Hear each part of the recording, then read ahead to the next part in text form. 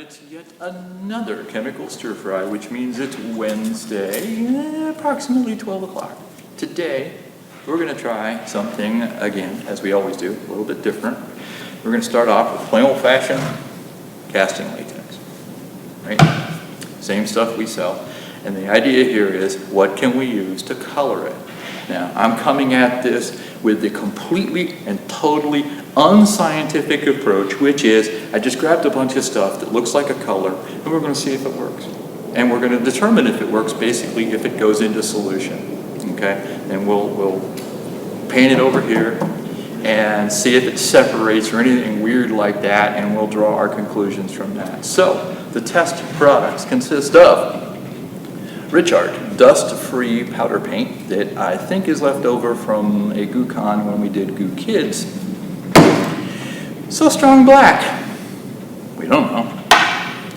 Some red colorant, typically used for epoxy. This one I feel pretty good about. This is Pax paint. Well, okay. Yeah, sort of Pax paint. It's the Tom Supernaut color. So typically you would use this as a paint on latex. And what we're going to try is to see whether or not we can use it as a colorant on latex. So we'll use this as our it's probably going to work sample. So let's just start there, shall we? How about the one that says tester on it? Yeah, I have no idea what color this is. Ooh, looks kind of like blood. We do a lot of blood around here. Wonder why. All right, so here we go. Yeah, it looks pretty bloody to me.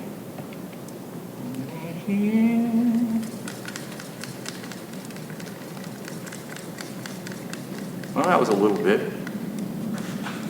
Probably can't see that yet, can you? Yeah, okay, it's not really bloody enough. Let's go for more. I mean, if a little is good, a lot must be better, right? Do it the scientific approach, like I said. Yeah, we'll make it up. Okay. That's just going to have to do. Not going to be blood colored, but it's going to be a color other than the one it started off as. All right, looks like it went in. And again, that would make sense. So, let's use the fancy-dancy paint paddle method here and just kind of drop it on the board. We'll drop it right here.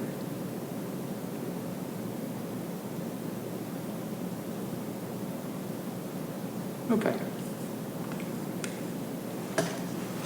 Yeah, maybe just spread it out a little tiny bit. We can see what we've got. Okay. See what happens next, right? We'll set this aside. Plain old-fashioned color. We got this for some epoxy. I hope it's a different red. It's easier to tell. Oh yeah. Oh, it's a lovely shade. It's leaning a little bit toward purple. And it's not reacting the same. No. Okay. It's kind of spotty, like it didn't go into solution right. Can you see that? Excellent, excellent. Okay. Same old test.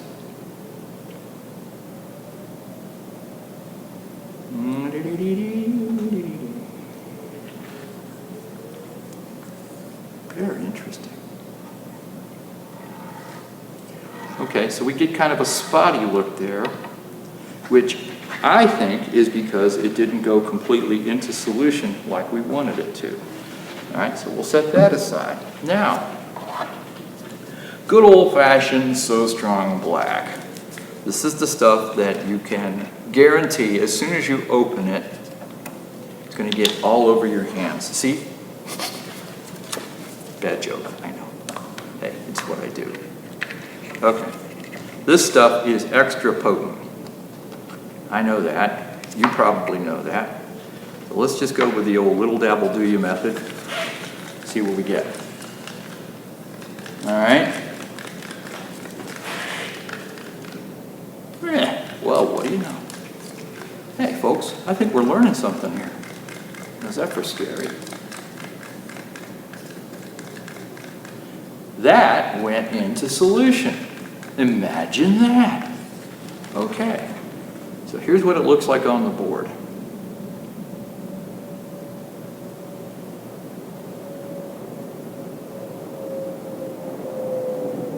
Yeah, baby. Okay. Yeah. I'm going to proclaim that as so far so good. Yeah. Okay. Now, one small problem here. I ran out of sticks. Be right back. You don't have to go far. In fact, you can probably hear me. In fact, I know you can hear me. Another stick. Here we go. All right. We're down to the last one. So far, we've got the Tom Supernaut stuff, which looks like it worked fine. We've got this epoxy whatever it is color, which doesn't look like it came out fine, unless that's the look you're after, which, you know, sometimes it's important to know how a mistake is going to turn out, okay? And then, of course, we got the So Strong black, which looks fine to me.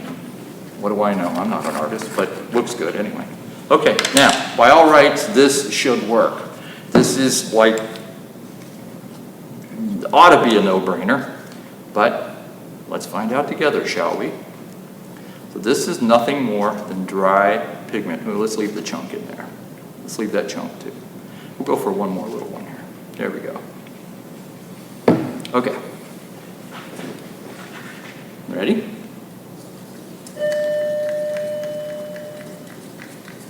That's a little weird. Yeah, I think we need more.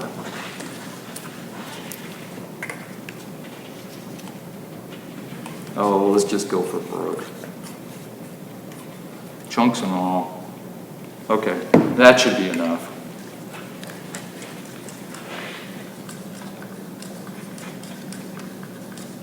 All right, can you see it all right?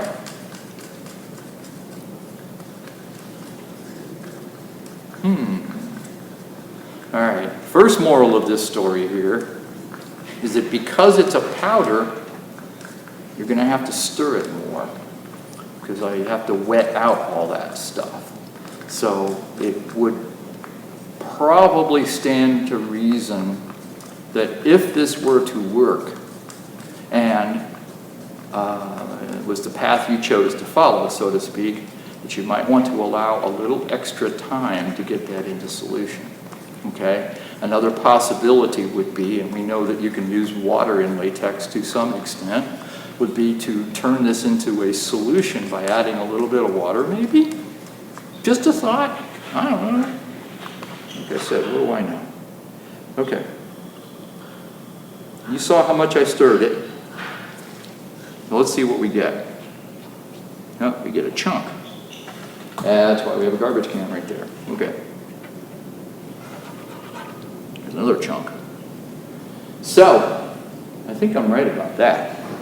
That it would make more sense if you're going to use a dry powder to first put it into a solution before you put it into the latex. Okay? Do I have any water? I do. Let's test that real quick. All right?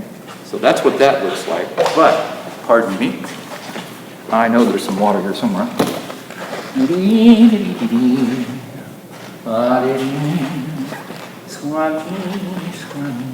There's a big container of distilled water. Where did we hide it? I don't know.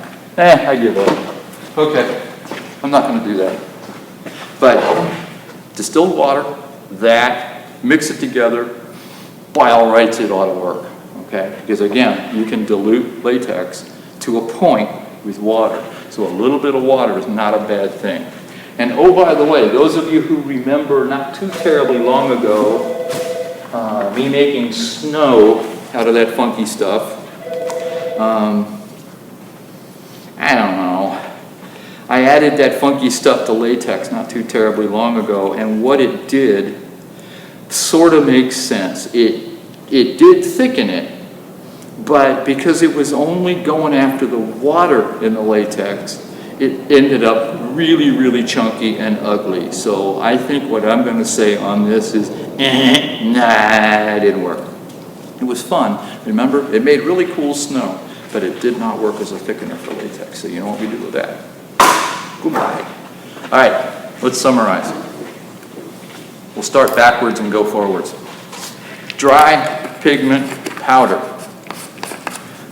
probably works. In fact, I'll give it a definitely works. But in order for you to use a dry pigment powder, you either need to stir the bejesus out of it to make sure you get the chunks out of it, or experiment with a little bit of water to turn it into a solution, then add it to the latex, okay? Not sure, but I think that's going to work. All right, next. What did we do next? We did the black. We did So Strong Black next. And the So Strong is right here. It went into solution. It didn't seem to affect the thickness of the latex too terribly much. Again, it was a fluid, so it went in really nice. Right now, I will say I see some spots in here which may have to do with how much it was stirred, okay? But I'm still sticking to my guns on that one. I think it's going to work okay. All right. Then we got this stuff. All right. That was this random latex, excuse me, not latex, epoxy colorant. Probably also works for polyesters, but I don't think it worked for this. Now, it probably did not inhibit the cure of the latex, but what it did not do correctly was to go into solution. You see the spots? Okay, there's your problem. It's kind of like oil and vinegar. It sort of goes together, but you have to stir it a lot. So it didn't separate, okay? See, there's the cup that I was using. It did not separate, but it didn't really completely blend, okay?